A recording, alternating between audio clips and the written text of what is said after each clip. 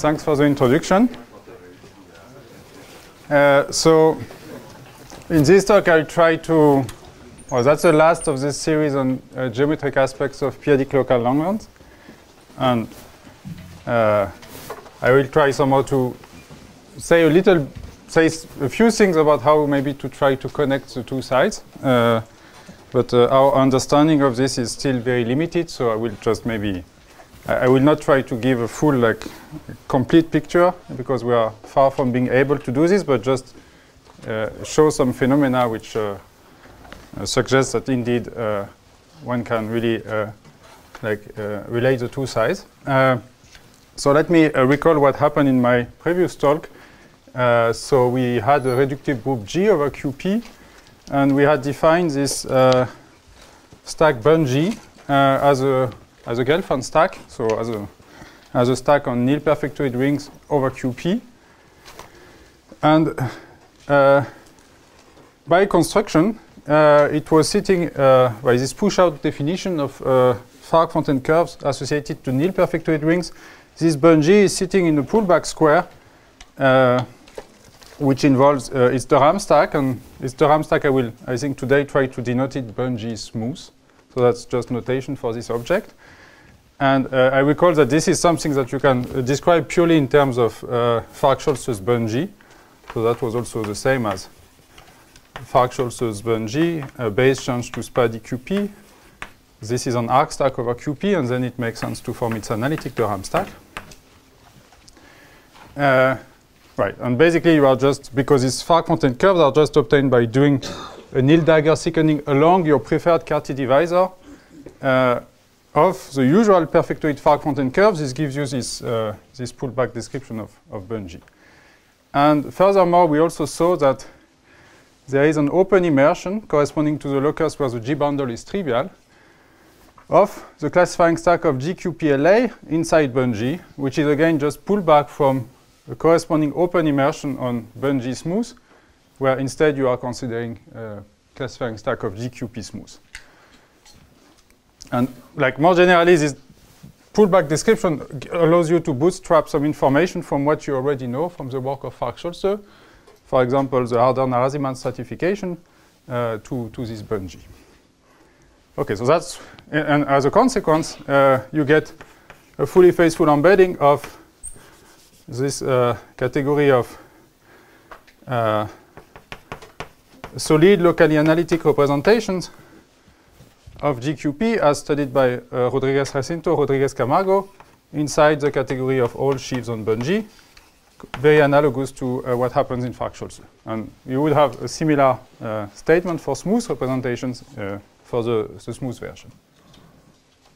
All right, so that was the, so to say, automorphic side of the picture.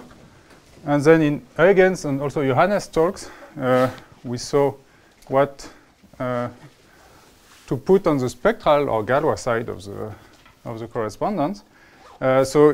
G was in the Galois side assumed, at least for simplicity, to be GLN, so that the dual group is also GLN.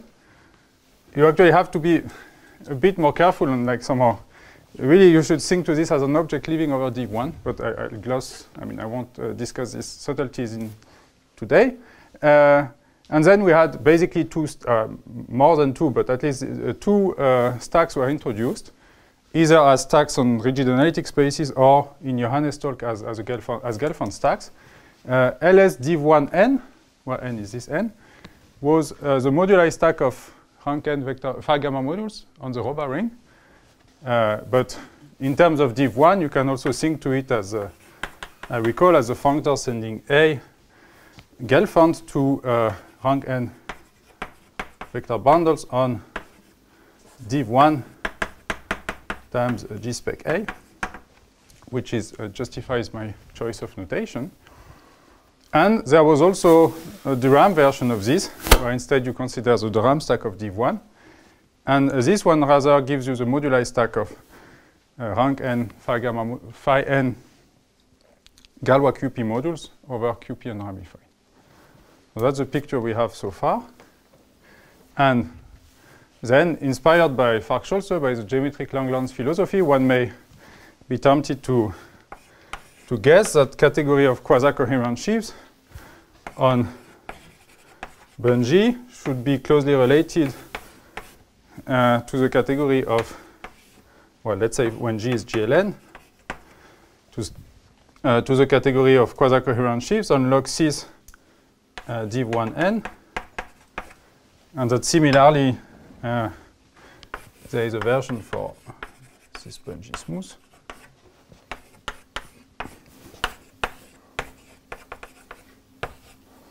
For the Durham, or maybe I should call this one also div1 smooth,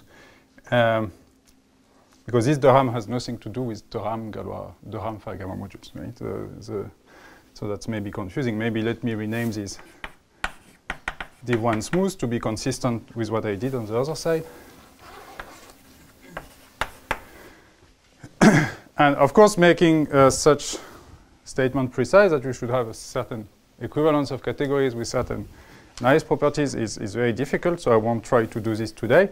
But I will just casually refer to like expectations that you should have some sort of equivalence between these kind of categories, as maybe this is something I will call conjectural locally analytic geometric Langlands.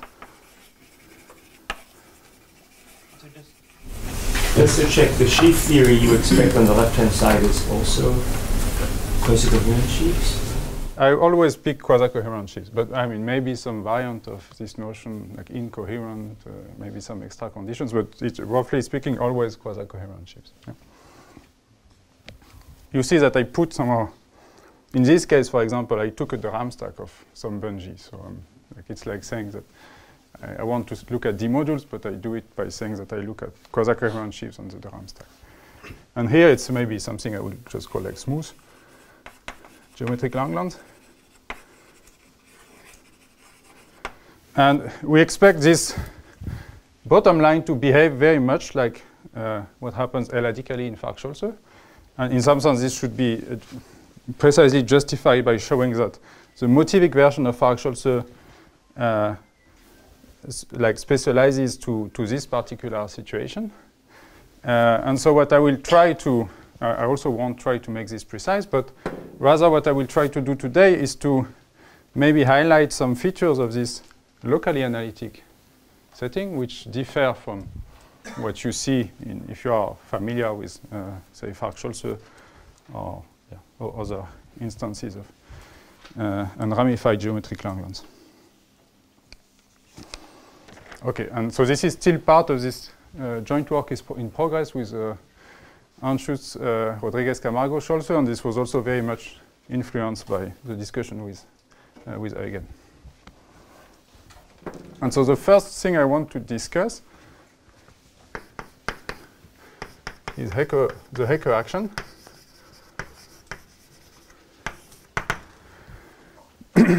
So in whatever geometric Langlands setting, the fundamental piece of structure to be able to connect the two sides, the automorphic and the spectral side, is the Heuer action. So roughly, so what you expect to have is certain, you should be able to define a global Heuer stack associated to G,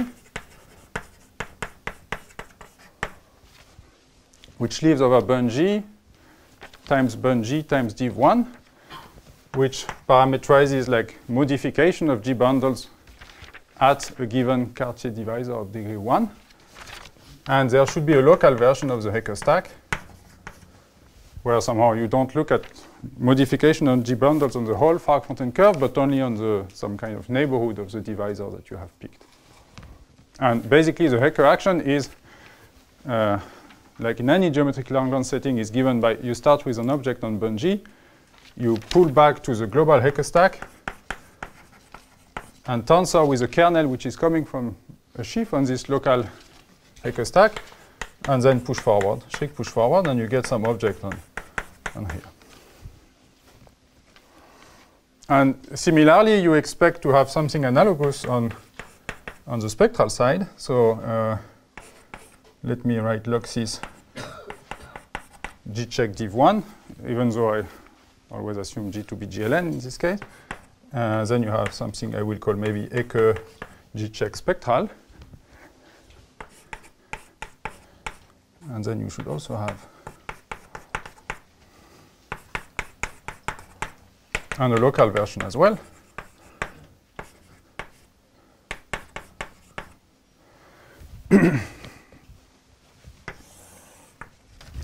And somehow you would like to have an equivalence of categories between sheaves on Bungie and quasi-coherent sheaves on Bungie and quasi-coherent sheaves on Loxis G-check div1, which is compatible with this Heuer action through a monoidal equivalence between category of sheaves on the local Heuer stacks.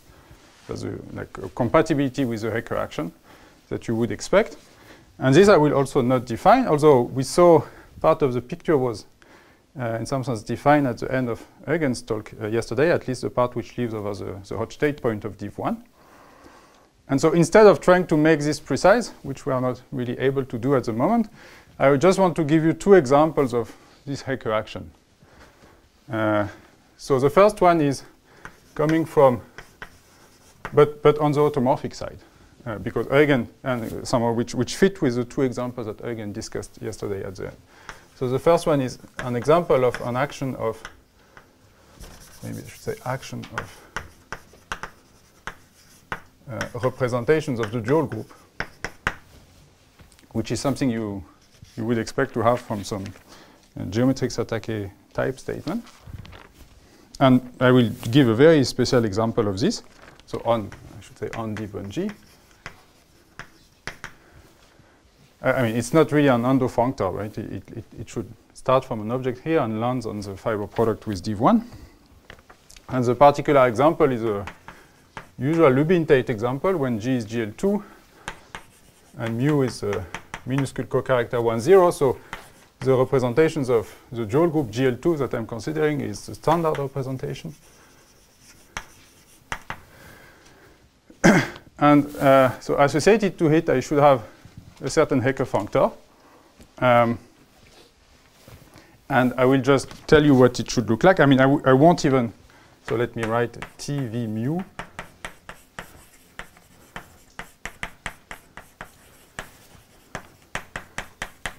And I won't describe really the full Heuer functor, but I will just describe something I can deduce from it. I will describe the following composition. IB upper star, I1 lower shriek. Well,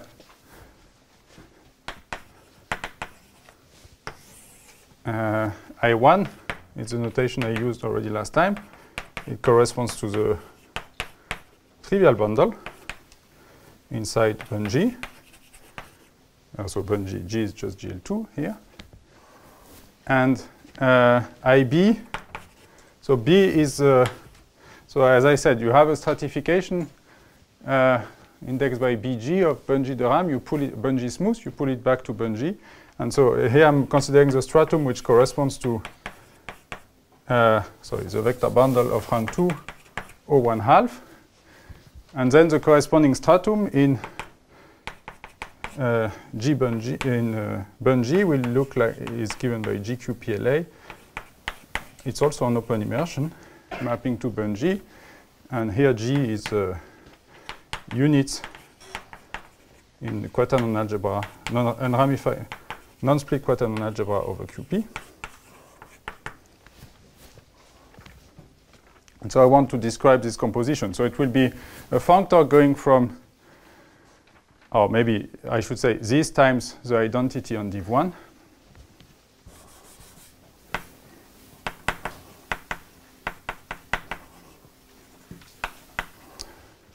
Right, so it will be a functor from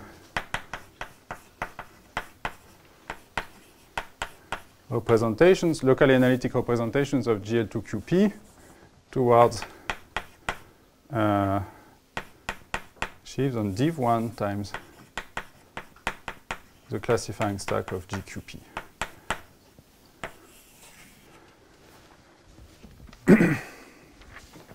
And I mean, I won't even really compute it, but I just want to say what it unravels to. And so basically, if we have such a Heuer diagram, you see that because I do this pullback, I only care about the part of the picture which somehow lives over the, so here I have this pullback to the corresponding stratum, which is just this classifying stack times div1.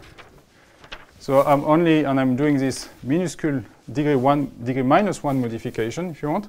So I'm only considering the part of Bunge which can contribute to the piece of Bunge on the target where the vector bundle of rank 2 is isomorphic to O1/2. And so I'm looking at degree minus 1 modification of O1/2, and the only possibility is a trivial bundle of rank 2. So the thing that you have is the following. So you have, let M infinity be the moduli stack of injective maps from O2, the trivial vector bundle of rank 2 to O1/2 on nil perfectoid Fargue-Fontaine curves. And so in fact this has a natural map to div1 just by taking the cofiber, looking at where this modification is supported. It will be a degree 1 Cartier divisor, or in other words, you can take the determinant of this map to get a line bundle of degree 1 with a section. And you also have that M infinity, when you mod out GL2QPLA, which is the automorphism group of the trivial rank 2 vector bundle, it amounts to considering degree minus 1 modification of O1/2. And so what you get when you do this is basically in the notation that Johannes was using last time, it's P1 of div1. So P1 is like, look at the projective line over QP, and you take its, so I recall that, maybe I should recall that Johannes introduced this notation. If X is a, well, any Gelfand stack over QP, then X div1 is a functor over div1, which sends, well, you have, it sends A to a nil perfectoid ring to, well, a degree 1 Cartier divisor on Fargue-Fontaine of A, and the morphism from D to X. Sorry, have you defined Hake and TV mu? No, that's what I said. I did not. I don't want to. I just want to give examples of what should be the corresponding Hake form. Because we are not quite sure what the exact correct definition of this stack should be. We just understand some part of their geometry. And the piece we maybe understand is basically this one. So here inside this Hake stack, I should have, somehow as a minuscule Schubert stratum, I should have this. So that's the perfect analytic prismatization of P1, modulo the automorphism group of the other bundle. Right? So now I can also form, I also have an action of the automorphism group of O1/2, which is precisely GQPLA. And so I can form the quotient and that's supposed to be as I said, the stratum of this global Hake stack, which corresponds to this particular mu. This we expect to be of this form. But for, say, non-minuscule mu, we are not quite sure yet what the correct thing to put in. All right, and so now what you have to do is, well, this is also the same as M infinity, where you mod out, let me write like this, GQPLA and G. Sorry, I should have, to be consistent, let me write G and J QPLA. And so this certainly has a map to point mod GQPLA. But here we also have a map to div1 times. I recall that whenever I write point, it always means a G spec of QP. And so the Hake functor, the composition I'm considering here, what it is doing, let pi, say, be a locally analytic representation of GQP.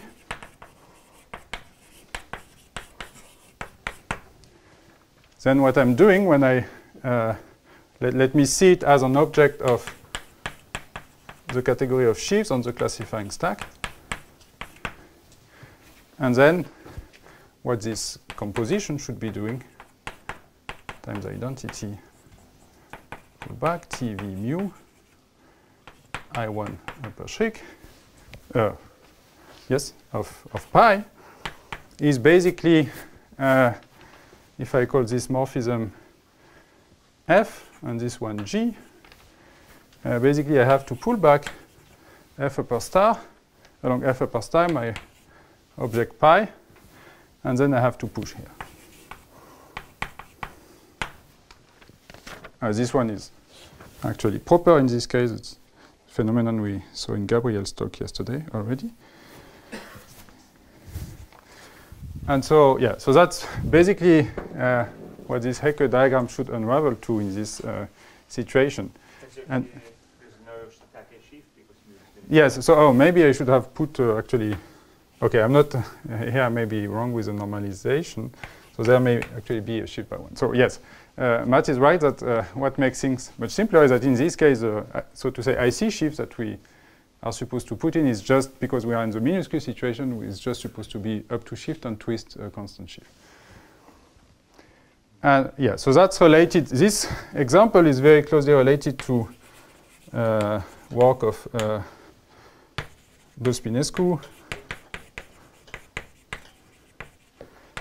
and Rodriguez-Camargo about the p-adic, the locally analytic p-adic Jacques Langlands functor. But I mean, to explain the relation, I would have to say more about how perfect analytic prismatization of a rigid variety is computing Proetal QP cohomology, and also how this M infinity relates to locally analytic vectors in perfectoid Lubin-Tate space. And thanks.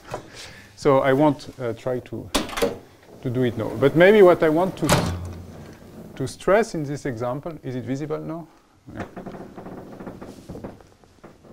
Yeah. What I would like to stress is maybe, this is maybe not too surprising if you are, say, familiar with Fargue-Scholze, because this is, we learned from Fargue-Scholze, this was also explained in Anna's talk, that when you apply this kind of Heuer functors, this kind of Schraen extension from classifying stack and Heuer functors followed by restriction, it's basically a way to describe, in the Fargue-Scholze setting, adic cohomology of Rapoport spaces. And so that's the same pattern here. But I just wanted to stress that here what naturally shows up, in Fargue-Scholze it would be the diamond of P1, and then you take adic cohomology. And here it's this perfect analytic prismatization of P1. And so, which is a stacky construction, like geometrizing a p-adic Proetal cohomology.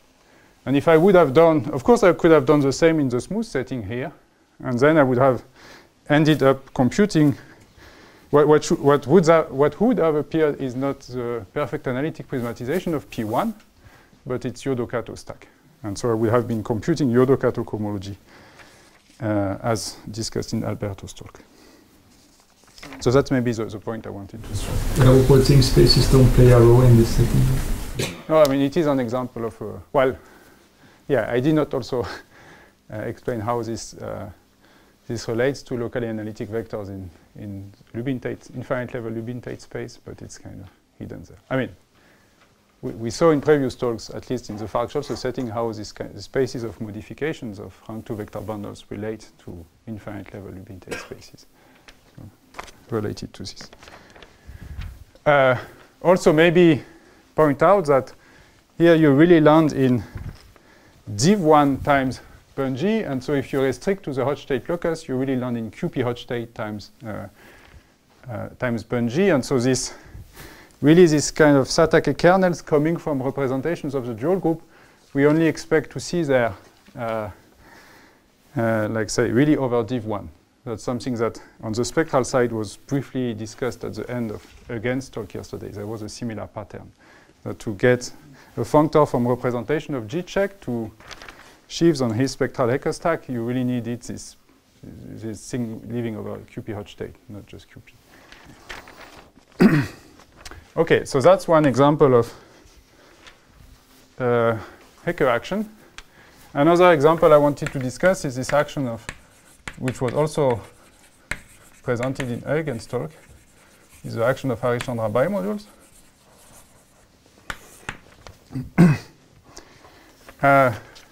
So consider the following incarnation of the category of Harish-Chandra bimodules.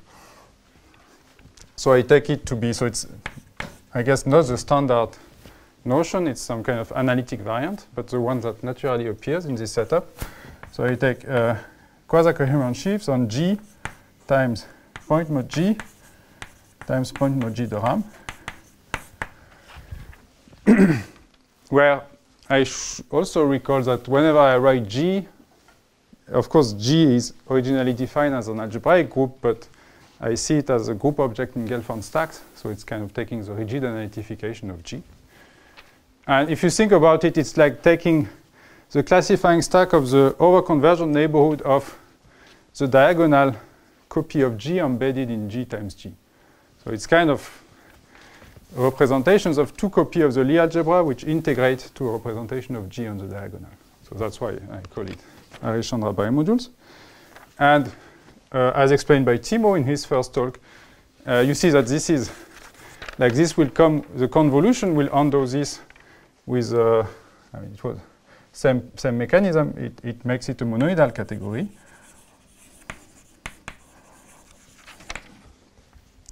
But for free, just from this pullback diagram, we see also that this will act on, which acts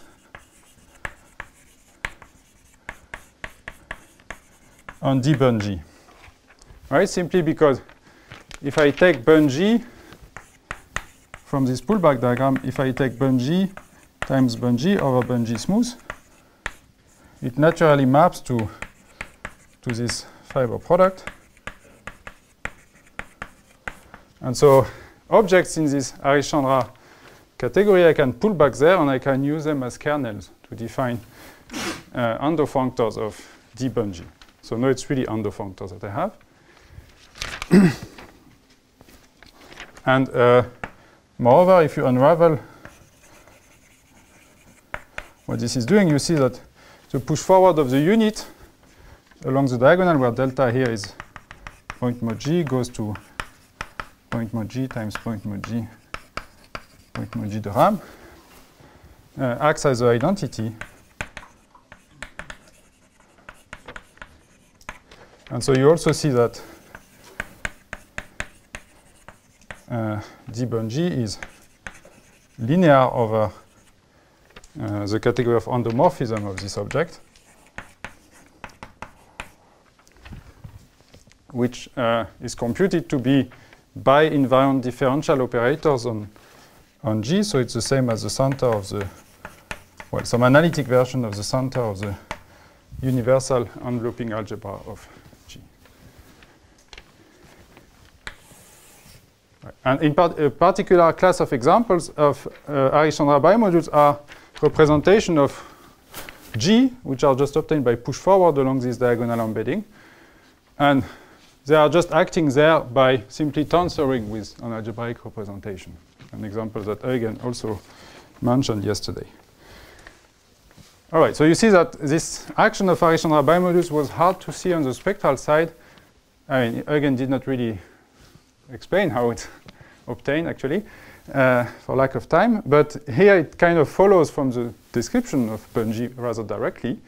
But what's maybe not so clear a priori when I put it like this is why it has anything to do with the Heuer action. And here the point is, I put it as a remark, is that this Heuer, this local Heuer stack on the automorphic side, I did not define it, so I'm free to say what I want about it. But I claim that actually in restriction to the hot state point, so maybe I will just take the part which is living over QP hot state. So it lives over div1. I just take the fiber product with QP hot state. And actually it descends to, I don't know how to call this one, G log bar maybe. It descends to G spec QP. So this is supposed to parameterize modifications of, you pick a divisor of degree 1 in the hot state locus, and you look at modification on G bundles on the neighborhood of this divisor. And the claim is that this actually neighborhood does not depend on the divisor you pick. So it descends actually to QP hot state, and you can describe what it looks like. And what you get is that this Hecke G bar log is actually, again, sitting in a pullback square, where here, on the bottom line, I put the local Hecke stack of Fargue-Scholze, which is something leaving. So this is an arc stack, so it leaves over, it depends on the choice of the divisor, so it leaves over SPADI QP, and I take its Durham stack. And then I have a pullback diagram like this, which is somehow telling you that you have to lift two G Durham torsors, G torsors on B plus Durham of the dagger reduction to G torsor on B plus Durham of the nil perfectoid ring. And you see that in fact this action of Harish-Chandra bimodules corresponds to, here I have the usual Schubert stratification, and if I take the trivial stratum, so where I have an isomorphism between two G torsors,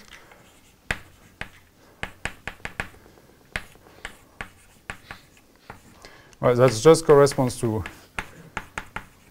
something I will denote, the Durham stack of L plus G. And that maybe I will write this to be Hecke G log maybe 0 as this pullback. Then one shows that in fact this action of Harish-Chandra bimodules just corresponds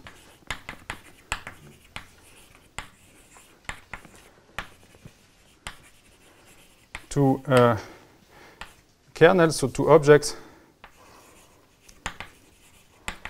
in, or should correspond to the action of objects in D Hecke G log, which are supported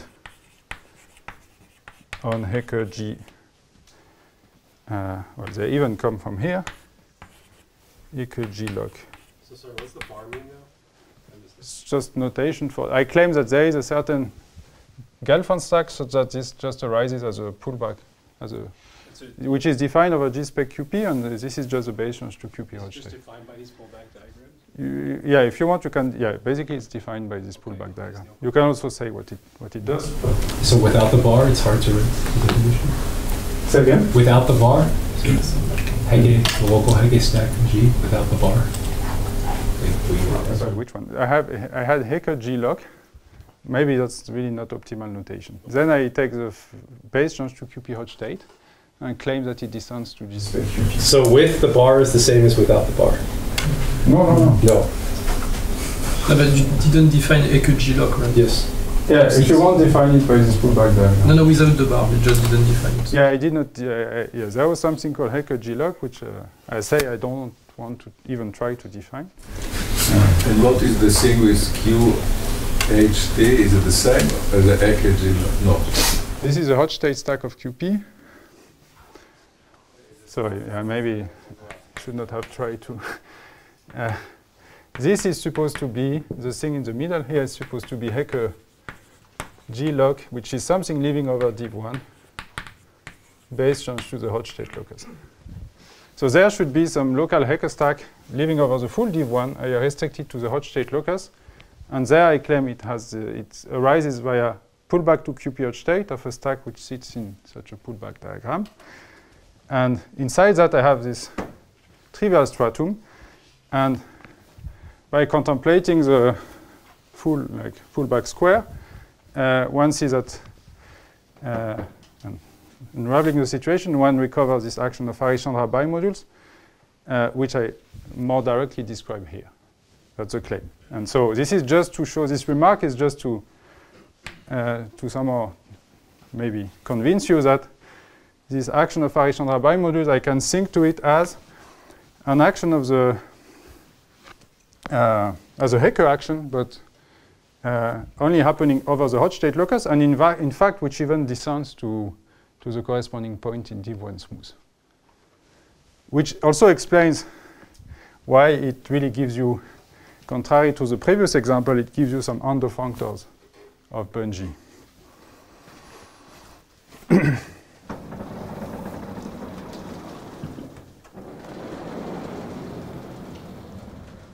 All right, and so that's a bit maybe what makes this Heuer action in the locally analytic setting a bit surprising, that you have action of representation of G check. This is maybe expected, but also via this action of Fargue-Scholze bimodules, action of representation of G itself, not the dual group, by seeing representation of G as examples of Fargue-Scholze bimodules.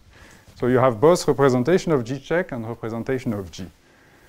And also, I think this locally analytic conjectural equivalence is expected to be linear over the Arthur-César center, where on the other side it was coming from this morphism to the space of Hochstate weights. And that's, I expect, also to be coming from compatibility with the Heuer action in this particular case. Okay.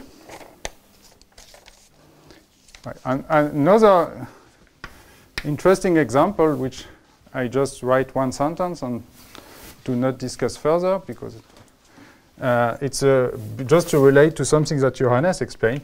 You can also define some sort of Heuer functors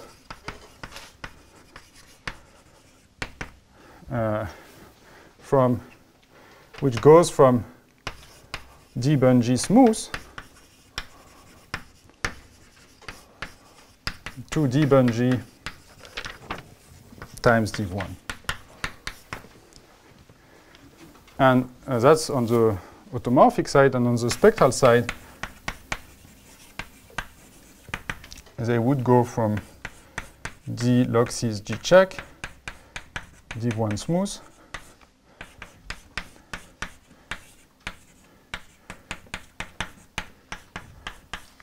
so they mix the smooth and the locally analytic version. And no, maybe I'm sorry. Let me erase this. I think. Right, sorry, that's what I wanted to say. And in this, on the spectral side, this was explained briefly by Johannes, and this was related to this using, so here it was using the stack of local systems on this div1 symptomic, the moduli stack of the RAM phi gamma modules, which was living over log 6 div1 smooth and log 6 div1. You can also go in the other direction if you want, by pulling and pushing in the opposite order. And here you can do the construction. Johannes defined div1 sim by somehow gluing div1 and div1 DRAM on the open obtained by removing the Hochstate point. You can do a similar construction on the automorphic side by somehow gluing the Fargue-Fontaine curve of a nil perfectoid with the Fargue-Fontaine curve of its dagger reduction away from the point where you have a thickening. And that would allow you to define a functor like this. And we also would expect that such an equivalence, that there is some compatibility between this equivalence of categories through this Heuer action. So that should be related to the compatibility between smooth local Langlands or categorical Langlands and locally analytic.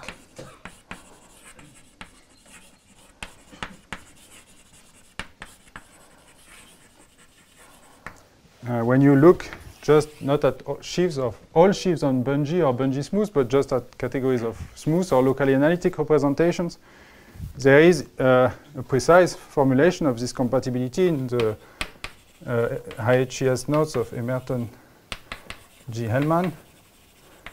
This is formulated as conjecture 624 there. You can have a look, and you will, if you contemplate it, you can.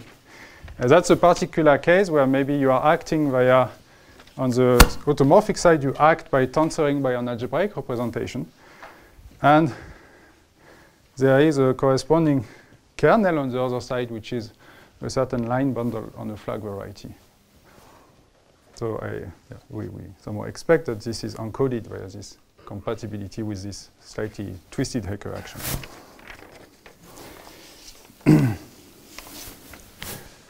All right, so that's maybe all I wanted to say about the Heuer action.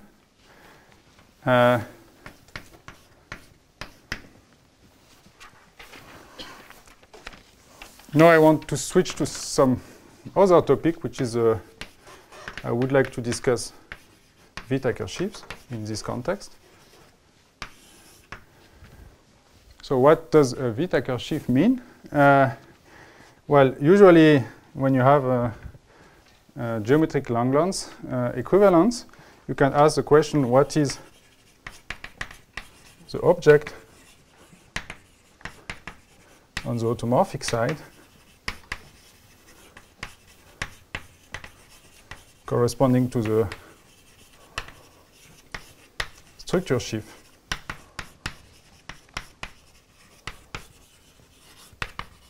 on, well, let me say on the stack of local systems. The meaning of which depends on which instance of geometric Langlands you are considering. And so let me, to motivate the candidate construction in the smooth and locally analytic setting, let me recall or summarize what is done classically in geometric Langlands. And I will do it for simplicity for GLN. I think for general groups you can also say something, but it's more involved.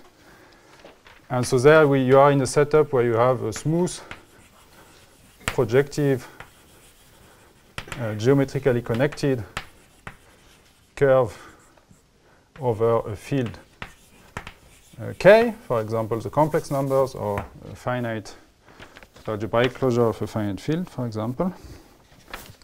And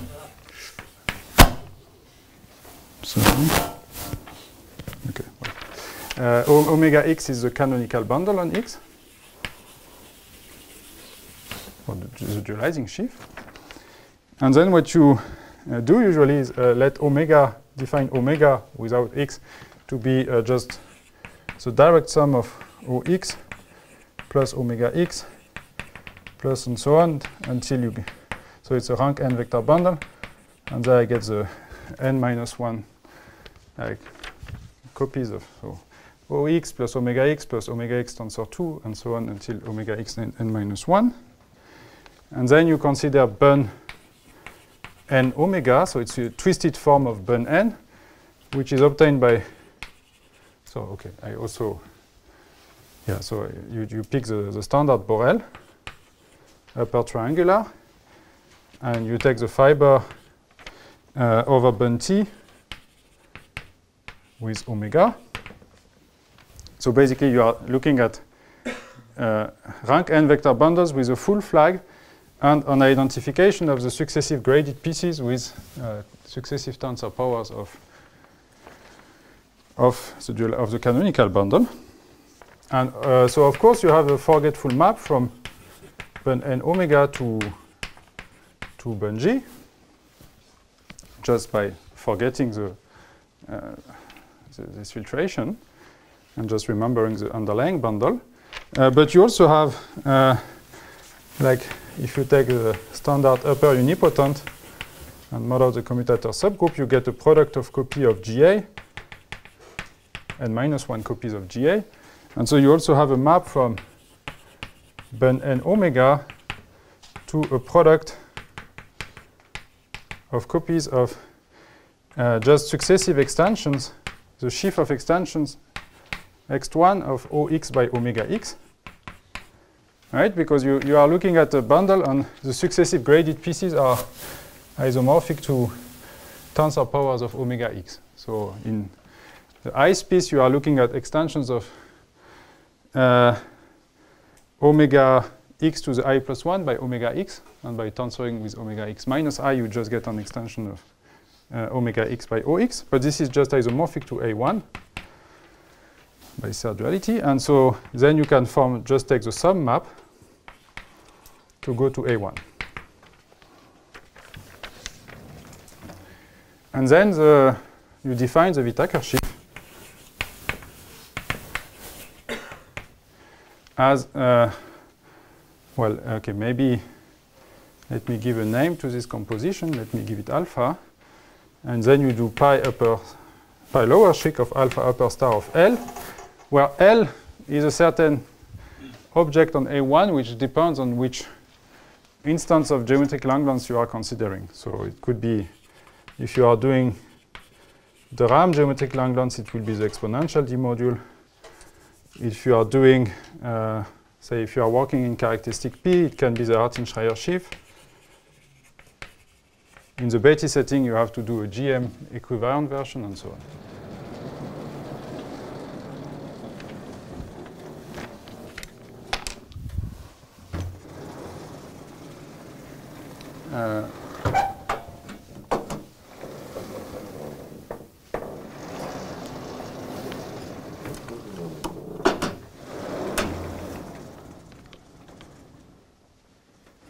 Okay. And so I want to mimic this in our situation.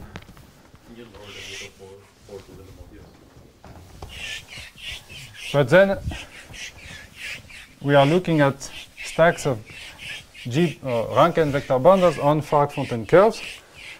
And so, like, maybe there is not really a well-defined canonical bundle, but the claim is that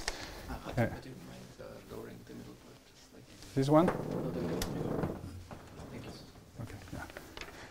So in our setup, the suggested definition for the Whittaker sheaf will depend on, so we'll basically roughly do the same, but we have to, by picking some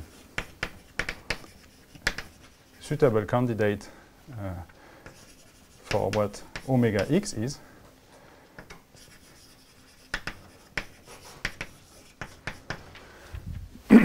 and so it depends on what you have to do. What omega x is will depend on whether you are in the smooth or in the locally analytic setting.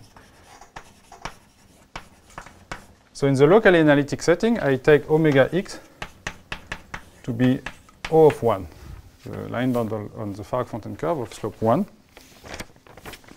And then what you end up considering is it's better to not take just, really take the stack of extensions of OX by omega x.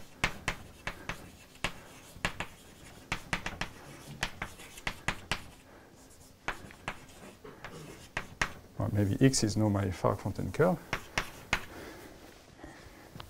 So, and really this is. So, which really means just I run this construction by plugging in, replacing all occurrences of omega x by O1. And this is, this stack of extensions is isomorphic just to the classifying stack. So there, any such extension is split, at least locally. And then the automorphism group is given by the Bernard-Kolmes space of O of 1. That Johannes, I mean, this locally analytic Bernard-Kolmes space that Johannes has described was this universal, uncompleted universal cover of the disk centered at 1. And so you will end up considering replacing A1 by this thing. But now you have to decide what your L is, what the replacement of this Artin-Schreier sheaf.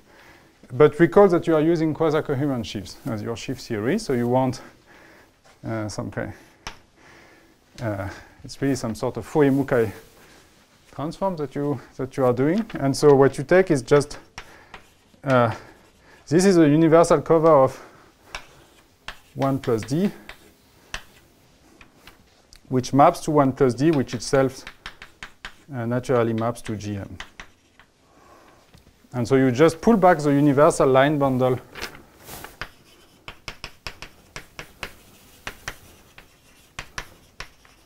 on BGM.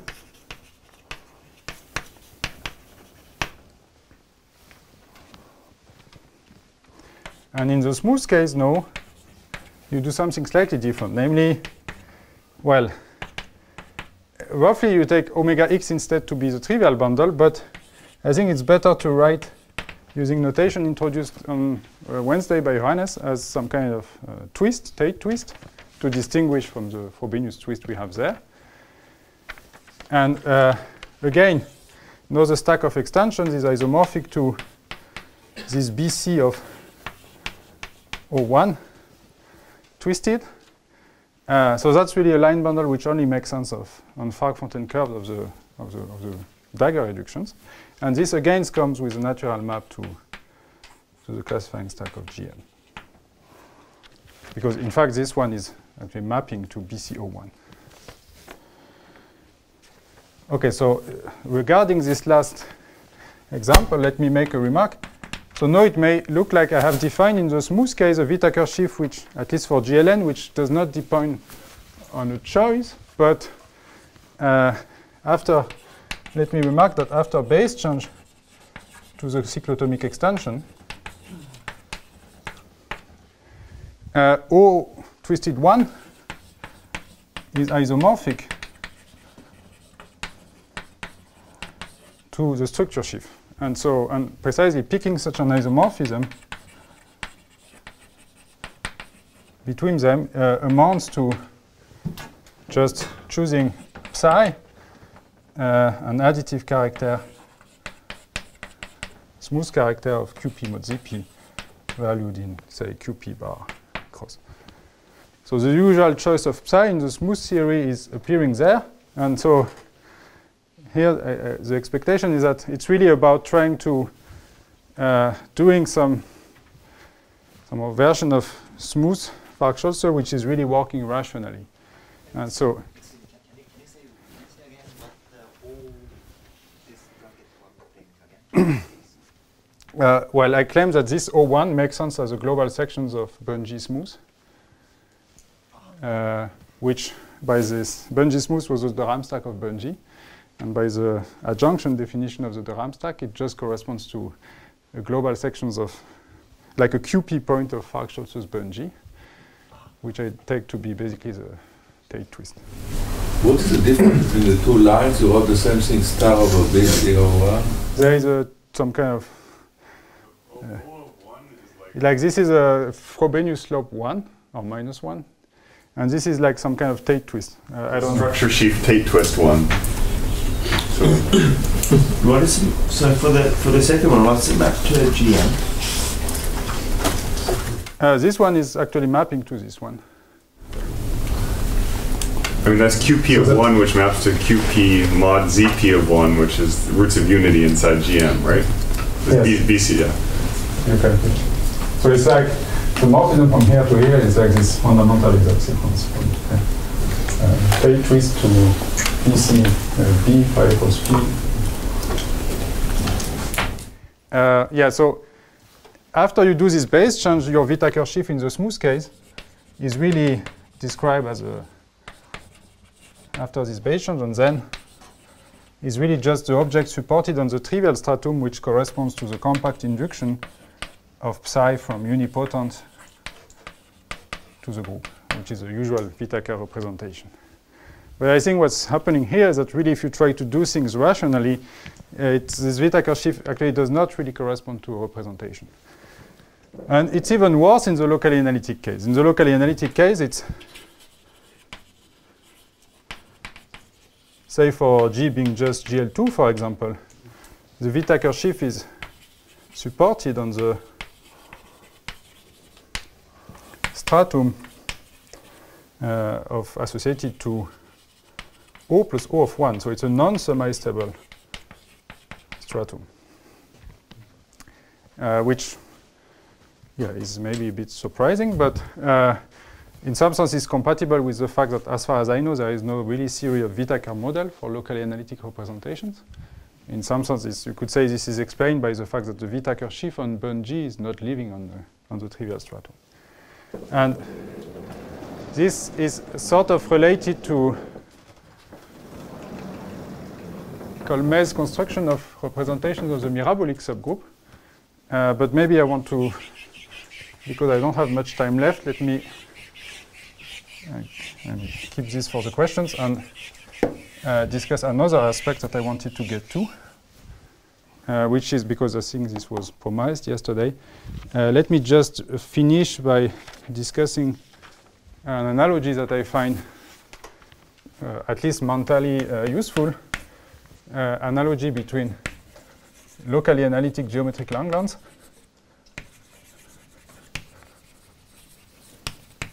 whatever that precisely means, and a ramified Betti geometric Langlands.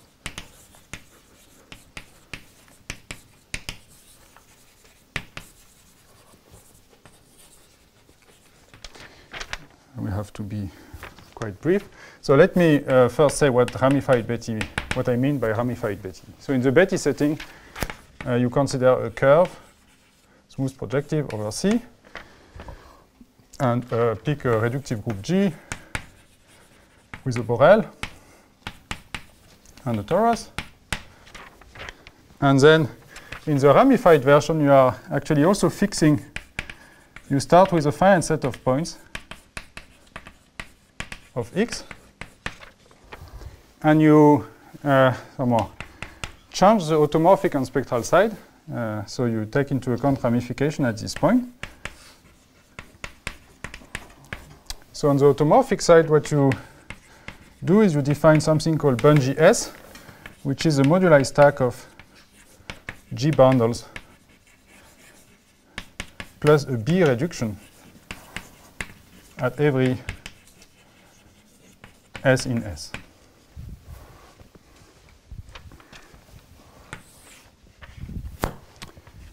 So a flag, if you want, in the GLN case, for on the fiber of your rank n vector bundle at every point of S. And on the spectral side, okay, and then of course you take quasi-coherent sheaves on the Betti stack of these.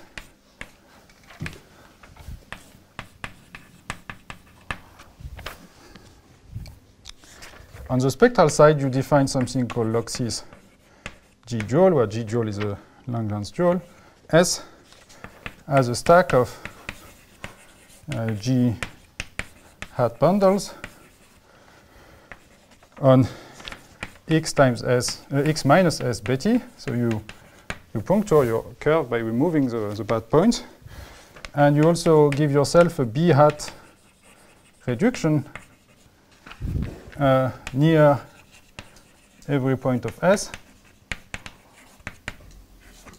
which with trivial T-check reduction. So around each point, when you remove the point, you get like a circle, and you want a monodromy which is unipotent. And here the slogan in this analogy is that smooth Langlands behaves very much like Betti Langlands over C, whereas the locally analytic version behaves very much like ramified Betti Langlands at one point.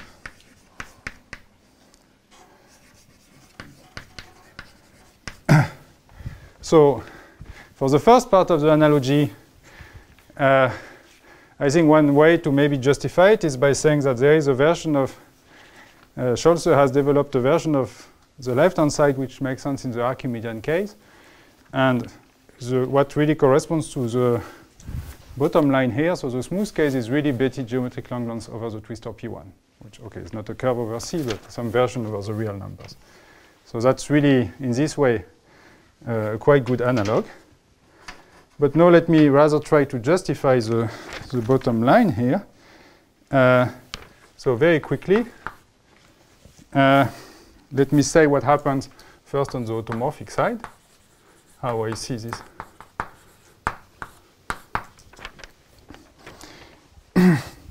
Well, here the claim is that, so if you wanted some incarnation of Beilinson-Bernstein, but maybe a more fundamental version of it, is that when you look at, okay, let me really be very quick about this. So you have a diagram like this. So now I'm back in the p-adic setting. I pick a Borel in G, and I have a diagram like this, leaving over a classifying stack of G de Ram. And so this gives me a correspondence between point mod G and point mod B de Ram over point mod G de Ram. And this correspondence induces an equivalence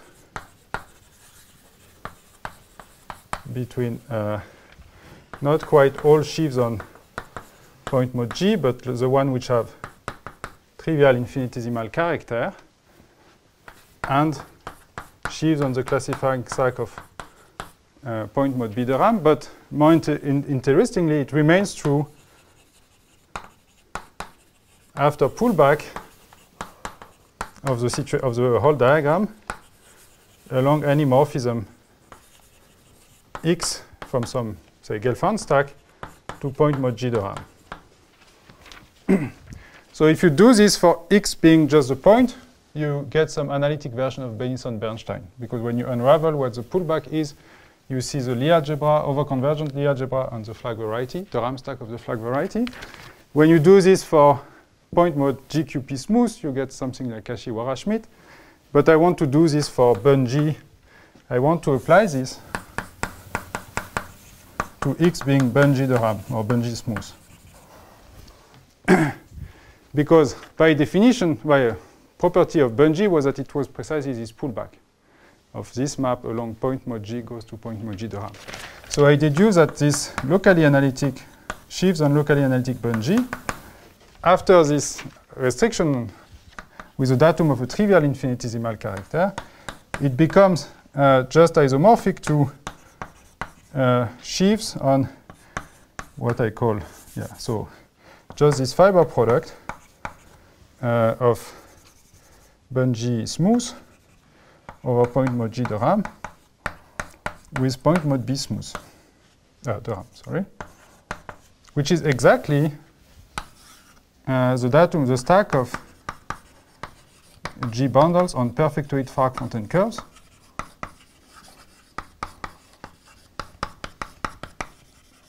with a B reduction at the hot state point, so at infinity, so to say. So this is my S.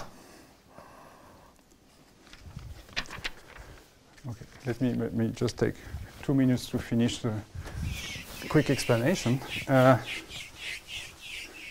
So that's in this sense that maybe not the full D Bun-G, but at least a piece of it is can be described as G bundle with B reduction on perfectoid Fargue-Fontaine curves. And if you go to the other side, to the spectral side of the picture, well, recall that I mentioned that this Langlands equivalence is supposed to be linear over the Harish-Chandra center. So restricting to trivial infinitesimal character on this side means restricting to a certain set of hot state weights on the other side. So if G is GLN, this means analogous restrictions would be just considering what happens over the hot state weight given by this. And then if you look at this moduli stack that they consider, you see that it's basically morphisms from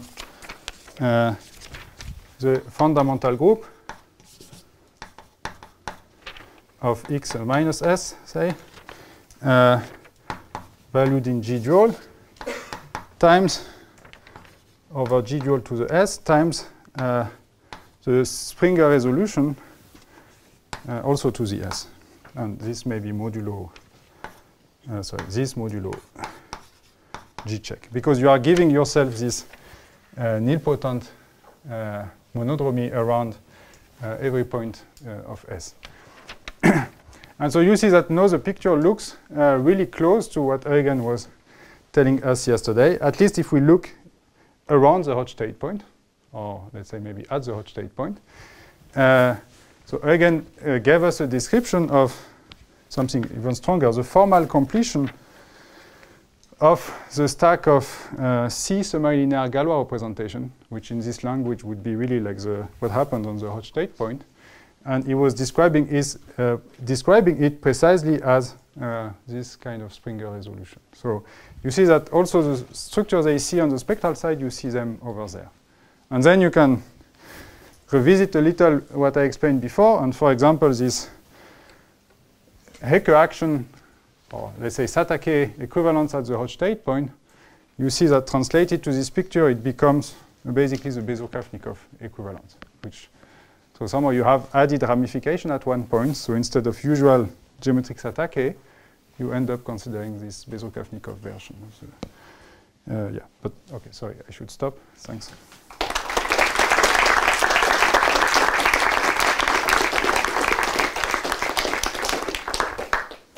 Are there any questions? What is the reticle shift supported on? It's just still supported on trivial strata? Yes.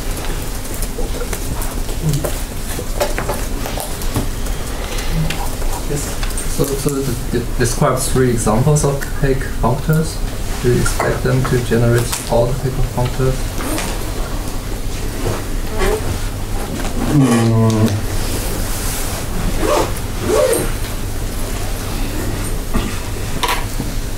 I don't know. I prefer not. Maybe. But, I mean, the last kind of Hecke functors was. I mean, maybe it's kind of a different type of Hecke functors because it mixes Bungee smooth and Bungee. So, is there some nice clean relation between your stacks and those of Eugen? Like some nice formula? If you evaluate some S or some nil perfect, so S like a smooth apenoid. This one, you mean? Yes.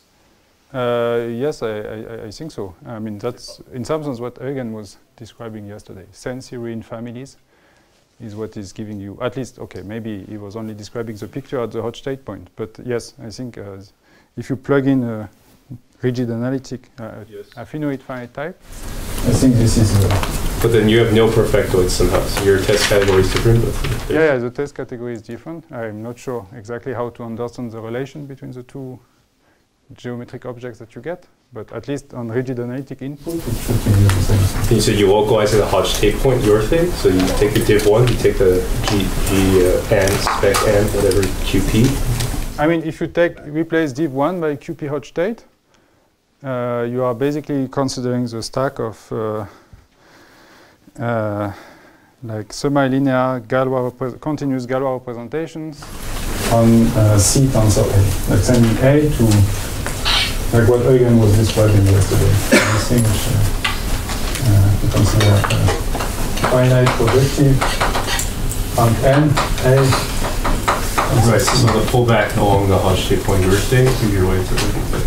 Yeah, exactly. The version of a QP hot state would be this one.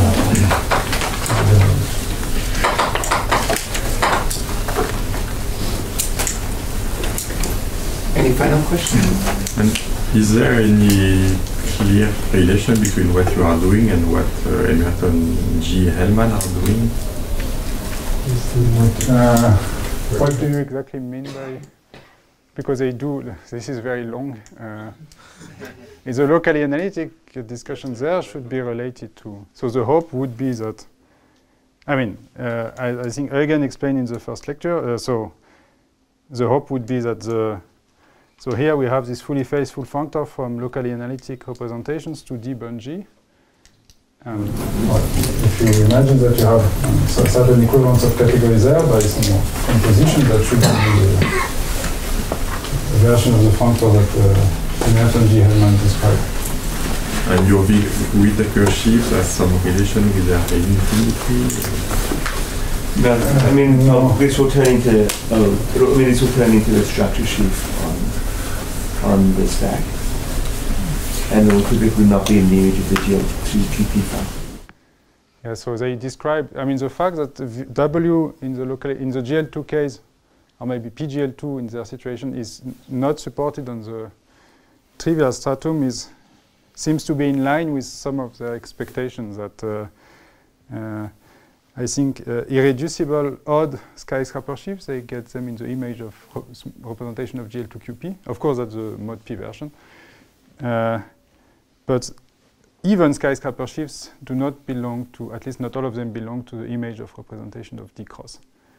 But because this is, I think, because you have to look at this other stratum corresponding to O plus O of 1.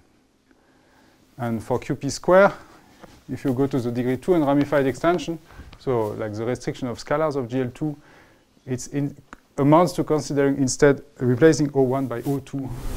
And I think that's also fitting with what they predict.